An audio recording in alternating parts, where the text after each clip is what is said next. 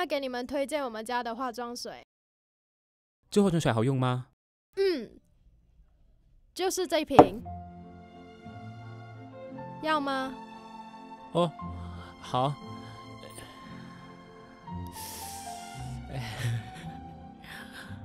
阿发，你在干嘛？先生要帮你换吗？好，谢谢。那个，我的餐点好了吗？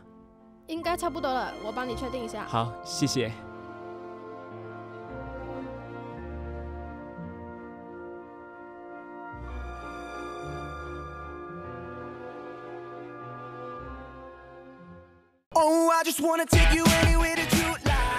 常听做生意的人来说，鸡蛋不要放在同一个篮子里，也许爱情也是。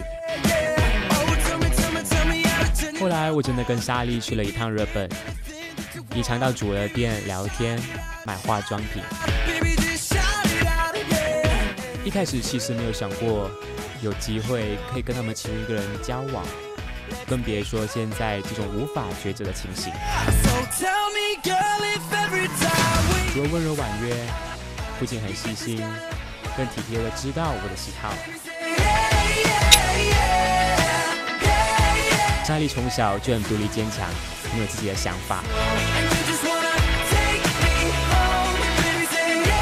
但也有小女人一面。只不过这人人羡慕的关系，也不是那么容易维持的。莎莉带团出国的时候陪主儿，有时候必须骗主儿还在忙工作，来陪莎莉，担心被他们发现，担心生日、情人节，甚至周末到底陪谁。即使有好几次都想跟他们表白，但还是说不出口。这个餐厅是你跟谁去吃的啊？我记得上个月这个时候我好像在日本吧。那时候就刚好同事有个大客户，然后我们去聚餐。对。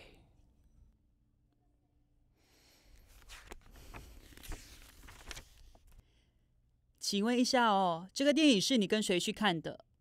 帮同事刷的。帮同事，对。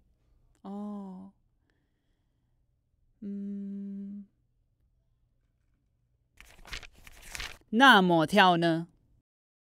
帮客户，那时候送客户回饭店，然后顺便帮他刷。